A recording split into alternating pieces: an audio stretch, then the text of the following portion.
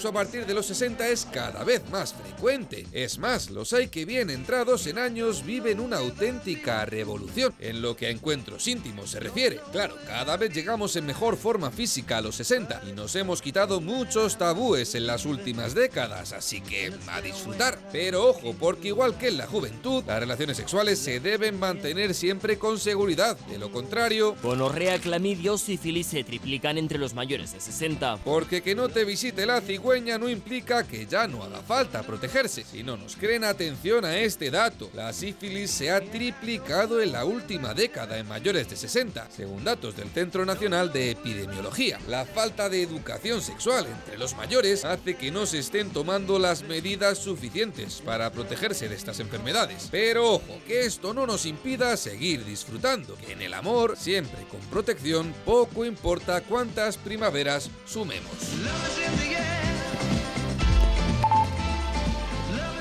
Cecilia, te pregunto, ¿el sexo dónde está? ¿Está en la cabeza o está debajo de la cintura?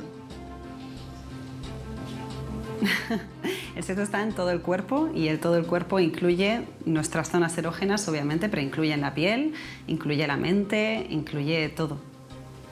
Claro, y incluye también, depende de las edades, depende de las formas de estar, porque por ejemplo Carlos Soria, que se sube a las montañas y tiene sexo antes de ir a Broncano, que me parece más difícil lo de ir a Broncano que subir un Himalaya, también te lo digo, ¿eh?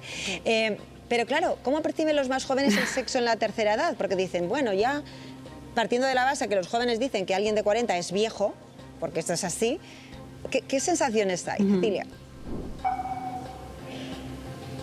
Claro, hay mucho, aunque hemos deconstruido mucho la sexualidad en general, en las personas mayores, en las mujeres, ¿no? Nuestra sexualidad antes había sido abandonada y ahora estamos hablando mucho de sexualidad en todas las edades y en todos los géneros. Sigue habiendo muchísimo tabú en general en la sexualidad y especialmente en eso, en el hecho de ser mayor. Vemos a las personas mayores como seres asexuales, los infantilizamos y eso hace que olvidemos que tienen una erótica o que directamente les neguemos la posibilidad de tener una erótica. Por ejemplo, no solo no hablamos de sexo con ellas y con ellos, no hablamos de sexo con nuestras abuelas y nuestros abuelos, sino que también, por ejemplo, en el caso de las residencias sucede que a menudo se separan a las parejas de habitación y por tanto no tienen espacio para tener su intimidad, espacio físico. A menudo entramos en las habitaciones de las personas mayores sin preguntar, sin llamar a la puerta, les negamos el espacio para la intimidad, para la privacidad y para la corporalidad, el contacto con su corporalidad, porque asumimos que no tienen sexo, que no tienen deseo, que no se masturban, que no se tocan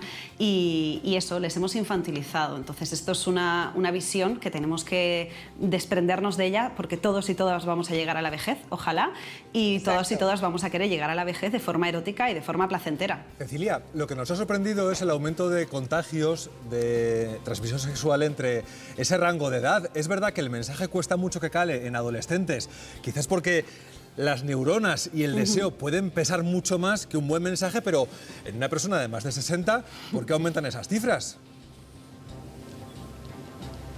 Hay varias razones. Lo primero de todo, yo quiero recalcar que el tenerle miedo a las ITS, o sea, el hacer una educación basada en el miedo, no sirve de nada. Es decir, no le tenemos que tener miedo a las ITS. Las ITS es algo que puede suceder, nos puede suceder a cualquier edad y eso sí que es importante, pero las podemos prevenir y las podemos tratar. Lo que es importante es estar informadas de cómo evitarlas, ¿no? Entonces, ¿por qué está sucediendo que hay un repunte de ITS en las personas de más de 60, 65 años? Por un lado, porque están teniendo más sexo que en otras épocas de su vida, porque se sienten mejor físicamente, estamos teniendo un envejecimiento que es más saludable, nos sentimos mejor y por tanto no perdemos el deseo, no perdemos la libido.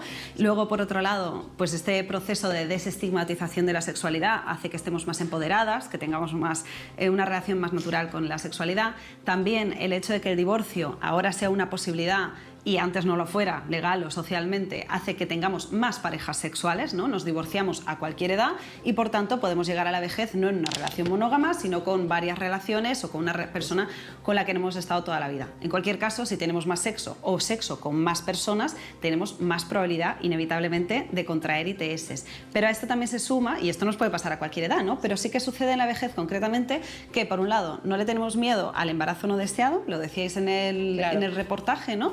ya no le tenemos miedo a quedarnos embarazadas y a tener hijos, entonces decimos, pues no hace falta ya el profiláctico, no hace falta el condón. Entonces por ahí no nos protegemos y además, si no estamos recibiendo educación sexual suficiente las personas jóvenes, imaginemos qué educación sexual han recibido las personas que se educaron en el franquismo, ¿no? O sea, han recibido una educación sexual que probablemente sería muy pobre, pero...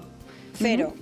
Sí, pero también es verdad, Cecilia, corrígeme si me equivoco, Claro, que son exacto. personas que han vivido el miedo y el estigma del VIH, ¿no? Entonces, por un lado, todo lo que dices es tremendamente positivo, haber avanzado en cuanto a envejecimiento saludable, normalizar el sexo a edades más avanzadas, que para mí 60 años no es avanzado, por cierto, pero te añado un punto más, quizá hay algo que hemos hecho bien y mal a la vez, es decir, hemos desestigmatizado ese señalamiento al VIH y quizá lo hemos trivializado en exceso, nos hemos pasado, eso de no educar en el miedo, que estoy de acuerdo, quizá nos hemos pasado de permisivos.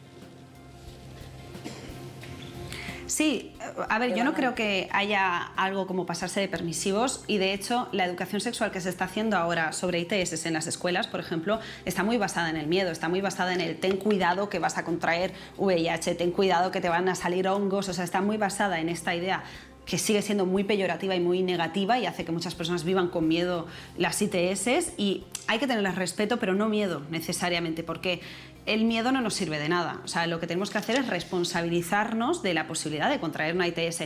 Así como sabemos que conducir un coche puede ser peligroso, ¿no? Podemos tener un accidente y nos responsabilizamos y nos ponemos el cinturón y nos responsabilizamos y no conducimos borrachos, pues lo mismo puede suceder en la sexualidad. Responsabilicémonos de que sabemos que hay riesgos, pero no vivamos con miedo hacia ellos. Esa es un poco mi visión. Hay que cambiar algo porque también ha aumentado exponencialmente el cáncer de cuello de útero, por ejemplo, en mujeres, que está derivado de una ITS. Quiero decir que los datos son suficientemente alarmantes y se ha disparado también la gonorrea y la sífilis en menores de 34 años. Cecilia, te voy a dar las gracias por estar con nosotros.